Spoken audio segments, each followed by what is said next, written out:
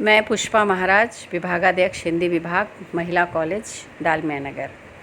आज BA part 3 की छात्राओं के लिए 7th पेपर में भाषा का स्वरूप और उसके प्रकार के विषय में बताऊंगी। भाषा मनुष्यों के बीच परस्पर संप्रेषण का एक माध्यम है।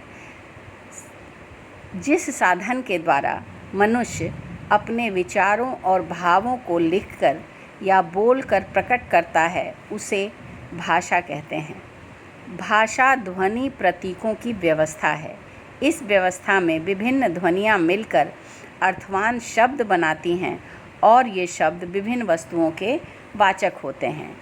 ऐसे भाषा की अनेक परिभाषाएं दी गई हैं और ये जो भाषा शब्द है वह संस्कृत की भाष धातु से बना है, जिसका अर्थ है बोलना या कहना, अर्थात भाषा वह है जिसे बोला जाए। प्लेटो का कहना है कि विचार आत्मा की मूक या अध्वन्यात्मक बातचीत है, पर वही जब ध्वन्यात्मक होकर होठों पर प्रकट होती है उसे भाषा की संज्ञा देते हैं। स्वीट के अनुसार ध्वन्यात्मक शब्दों द्वारा विचारों को प्रकट करना ही भाषा है। तो बहुत सारी परिभाषाएं ऐसी दी हैं विद्वानों ने, लेकिन सबका एक जो मूलभूत बात सामने आती है कि भाषा जो है वो वक्ता के विचार को श्रोता तक पहुंचाती है, अर्थात वह विचार विनिमय का साधन होती है। अब अगर विचार में भाषा एक निश्चित प्रयत्न के फलस्वरूप मनुष्य के उच्चारण अवयवों से निःसृत ध्वनि समिष्ट होती है, अर्थात जिसमें उच्चारण ध्वनि तो हो, साथ ही उच्चारण भी हो, तभी वह भाषा कही जाएगी। इसका आशय यह है कि अन्य साधनों से अन्य प्रकार की ध्वनियों जैसे चुटकी बजाना, ताली बजाना से भी विचार विनिमय हो सकता है, किंतु वह भाषा के अंतर्गत नहीं आती है।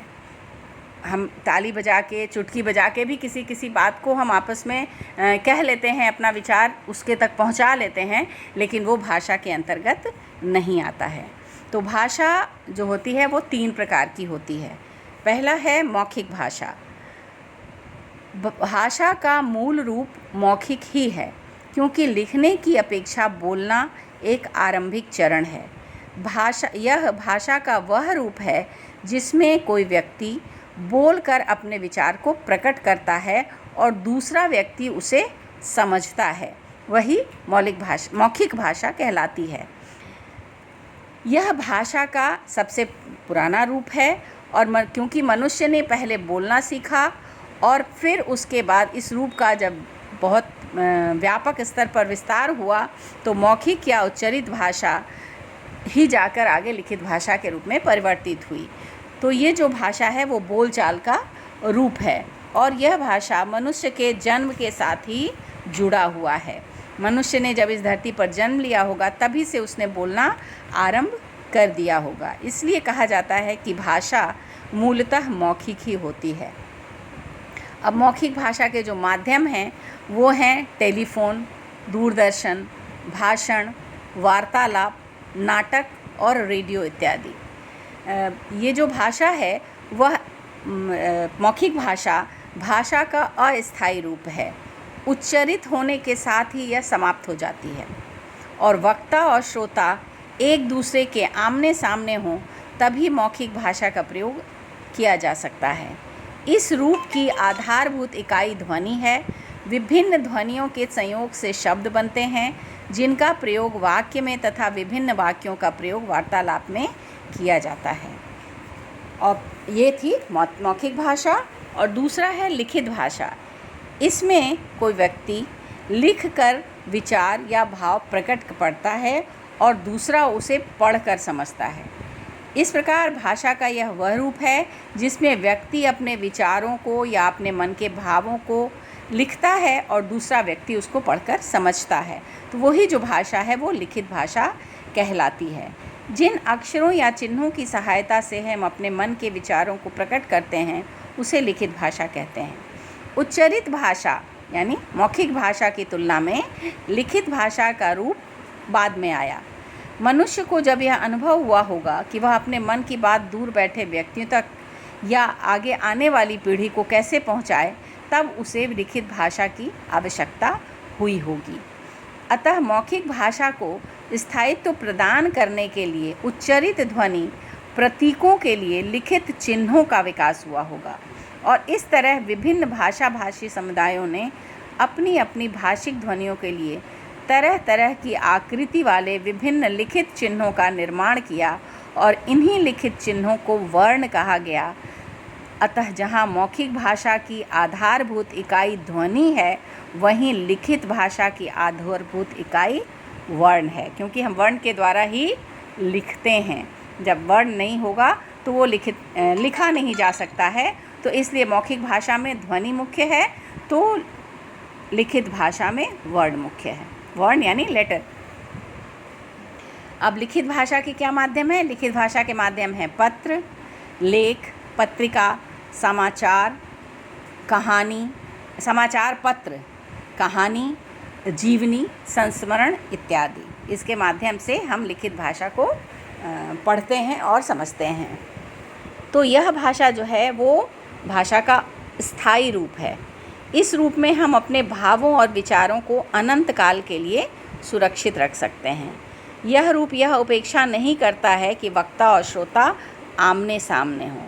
इस रूप की आधारभूत इकाई जो है वह वर्ण है, जो उच्चारित ध्वनियों को अभिव्यक्त करती है।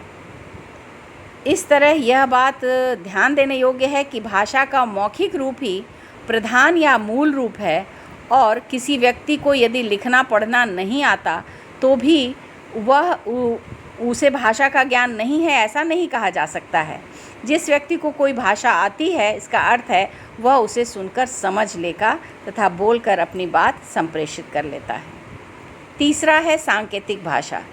जिन संकेतों के द्वारा बच्चे या गूंगे अपनी बात दूसरों को समझाते हैं, वे सब सांकेतिक भाषा कहलाती है। जब संकेतों यानी इशारों के द्वारा बात समझाई जाती है और समझी जाती है, तब वह सांकेतिक भाषा कहलाती है। इसका अध्ययन व्याकरण में नहीं किया जा सकता, इसका कोई व्याकरण नहीं होता है। अब जैसे चौराहे पर खड़ा यातायात नियंत्रित करता सिपाही या मूक बधिर व्यक्तियों का वार्तालाप इस सांकेतिक भाषा के अंतर्गत आते हैं।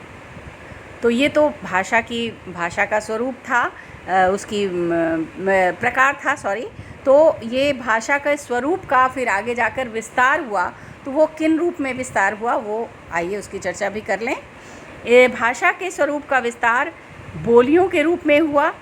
जिन स्थानीय बोलियों का प्रयोग साधारण अपने समूह या घरों में करती है, उसे बोली कहते हैं। मतलब जिनका जनसाधारण जो है वो जिस स्थानीय बोलियों का प्रयोग करती है अपने समूह में या घरों में, उसे बोली कही जाती है। किसी भी देश में की बोलियों की संख्या अनेक होती हैं, वो क्षेत्र विशेष में बोली जाती हैं। अब हिंदी की जो प्रमुख बोलियां हैं वो हैं, जैसे बिहार में बोली जाने वाली हिंदी, तो उसे बिहारी हिंदी लोग कहते हैं। तो बिहारी हिंदी से कई तरह की बोलियां विकसित हुईं, जैसे मगही, मैथिली, भोजपुरी इत्यादि। इसी तरह पूर्वी हिंदी से विकसित बोलियां हैं अवधी, बघेली और छत्तीसगढ़ी। पश्चिमी हिंदी से विकसित बोलियां हैं ब्रज भाषा, खड़ी बोली, हरियाणवी, बुंदेली और कन्नौजी। राजस्थानी हिंदी से जो विकसित बोलियां हैं वो हैं मेवाड़ी और मारवाड़ी, हाड़ौती।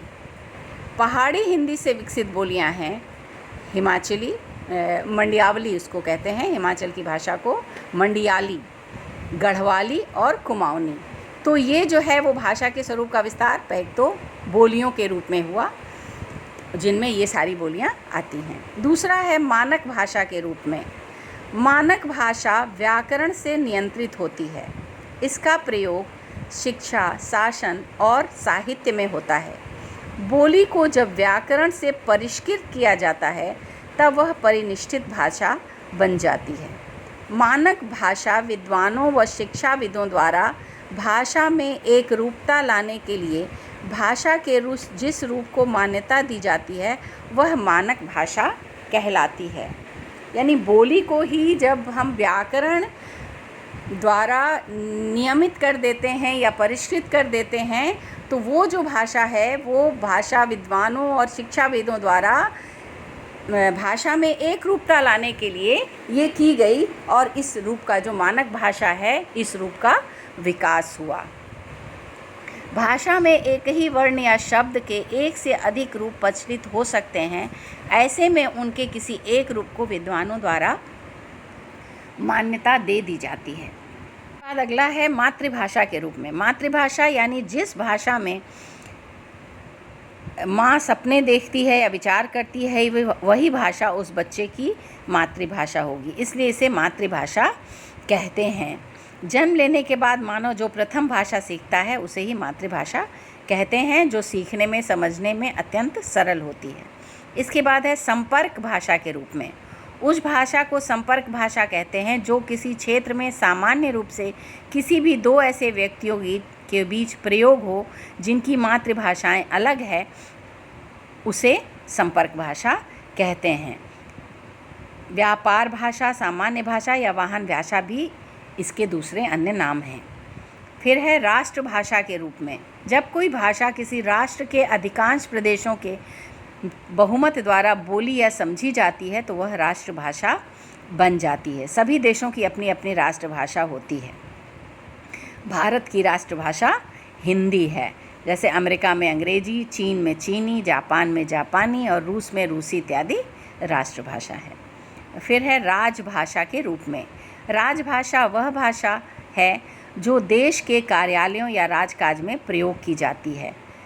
वह जब भाषा व्यापक शक्ति ग्रहण कर लेती है तब आगे चलकर राजनीतिक और सामाजिक शक्ति के आधार पर राजभाषा या राष्ट्रभाषा का स्थान पा लेती है। ऐसी भाषा सभी सीमाओं को लांघकर अधिक व्यापक और विस्तृत क्षेत्र में विचार विनिमय का साधन बनकर सारे देश की भावात्मक एकता में सहायक होती है।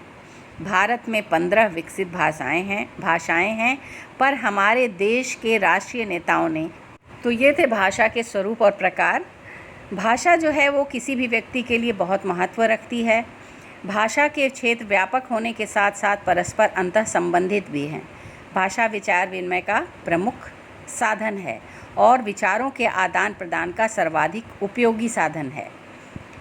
भाषा भावाव्यक्ति का प्रमुख साधन है, ज्ञान प्राप्ति का साधन है, मानव संस्कृति व सभ्यता के विकास का साधन है, मौलिक विचारों को संरक्षित करने का साधन है। तो इस प्रकार जो भाषा है उसका बहुत ही महत्व है और ये राष्ट्रीय एकता का आधार है, आर्थिक विकास का आधार है और वैज्ञानिक विकास का भी आधार है। साथ ही ये विशेष रूप से मानव विकास का मूल आधार है। धन्यवाद।